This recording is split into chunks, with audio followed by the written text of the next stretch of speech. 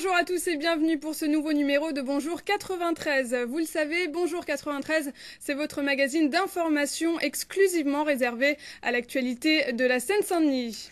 Au programme, un concept qui réunit deux labels, le kasher et le halal sur un même produit, un gâteau typique du 9-3 et la rubrique d'actualité. On commence tout de suite par ce nouveau concept qui réunit une certification kasher et halal pour un même produit. Nous recevons sur ce plateau Yaakov Atlan, vous êtes le fondateur de ce label. Bonjour. Bonjour. Un label kasher et halal, concrètement, qu'est-ce que c'est ? Qu'est-ce que c'est ? C'est très simple. C'est un produit, dans tous les produits dans l'agroalimentaire, vous avez ce qu'on appelle du ASB porcine, des produits, des additifs à base animale, porcine et autres. Alors, moi ce que j'ai voulu faire, c'est très simple. C'est de réunir les deux religions, les deux communautés, juifs et musulmanes, parce que pour les musulmans, le kasher, le halal, le kasher c'est halal, pardon. Oui. Vous voyez ? Alors, nous avons le savoir, je pense, on a le... Mais comment vous est venue cette idée qui, de prime abord, peut quand même comment est venue cette idée ? difficile à réaliser, limite saugrenue, quoi. Quand on veut, on peut. Je sais que c'est très dur. Je sais que c'était une idée folle. Oui, c'est vrai. Mais je dis toujours, c'est les idées folles qui sont les meilleures idées. Moi, pourquoi j'ai eu cette idée ? C'est très simple. Depuis un moment, l'islam est en train de monter. D'accord ? Je pense qu'il faut respecter toutes les religions. Et j'ai une devise qui est très simple. Pour se faire respecter, il faut respecter les personnes qui sont en face de nous. Alors moi, je pars d'un principe. L'islam monte. Il faut les respecter. Ils veulent manger halal. Ils veulent vraiment le halal. Après, le faux ou pas, ça, c'est pas mon problème. Justement, c'est tout de suite la question qu'on se pose, en fait, sur le plan religieux. Alors, sur le plan religieux, c'est très simple. Problème, notamment au niveau des pratiques qui ne sont pas forcément les mêmes. C'est vrai, c'est vrai. Si on prend le cas de la viande, dans le halal, il faut qu'elle soit égorgée. D'accord. Le kasher, c'est égorgé. Merci. La seule différence, c'est que à partir de là, la bête qui est égorgée, elle est halal, c'est vrai.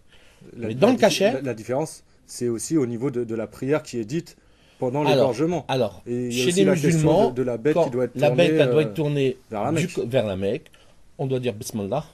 Voilà. Le sacrificateur, si on les appelle comme ça, doit dire Bismillah, qui est tout à fait logique et normal. Et à partir de là, ça y est.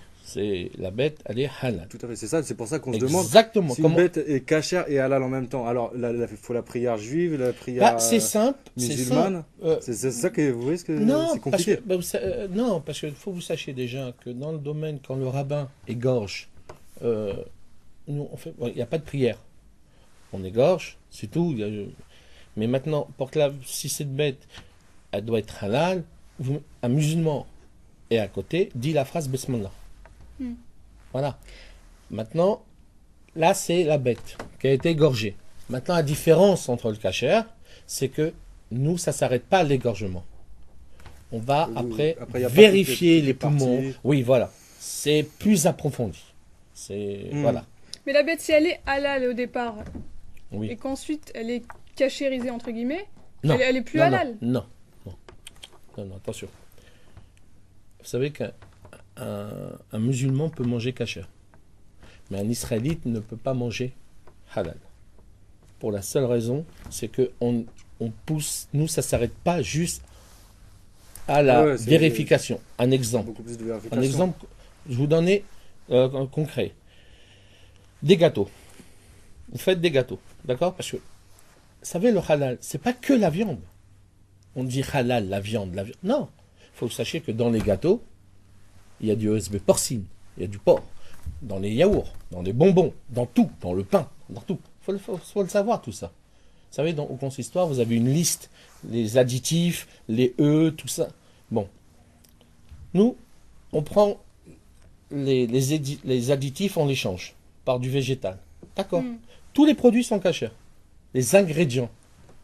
Mais les récipients, vous croyez quoi ?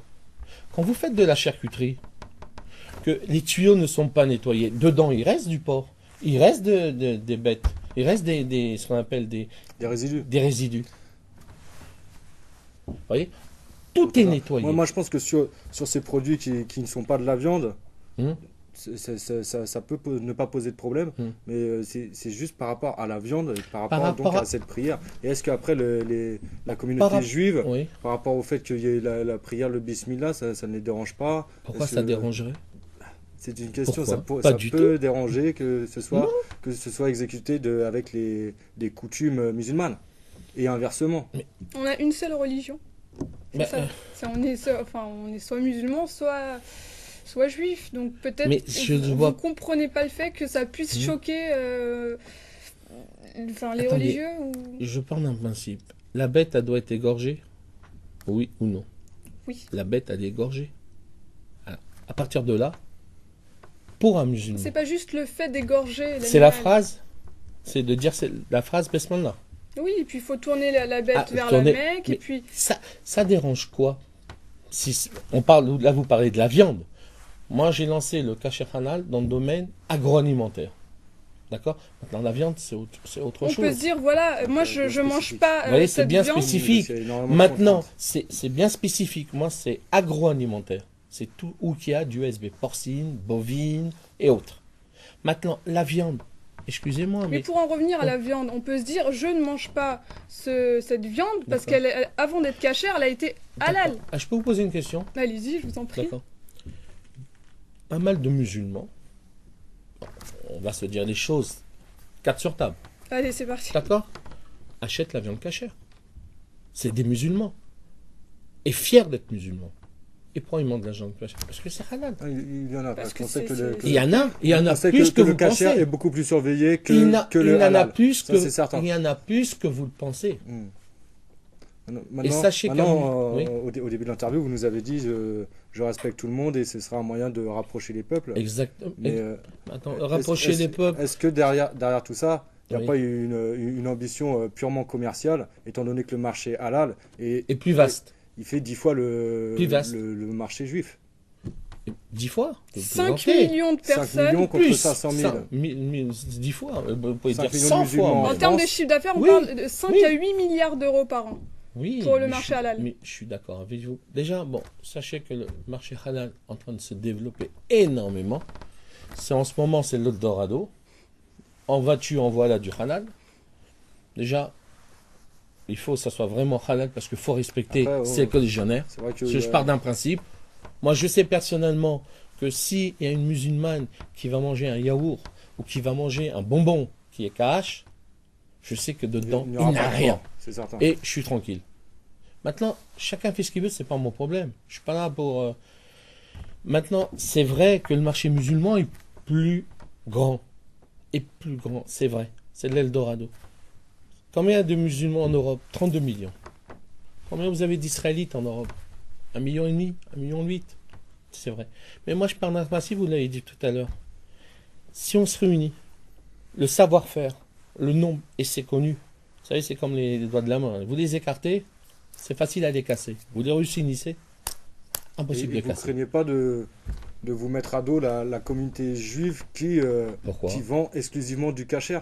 Parce que vous proposez Ah, maintenant moi, des c'est- produits oui. kasher Moi, ce que halal je propose- au prix du halal. Non, Parce que le non, kasher il est ne bien faut plus pas cher. dire le prix du halal. Non, attention. Attention. Le halal est moins cher que le kasher. Mais pourquoi? Oui, il est moins cher, mais pourquoi?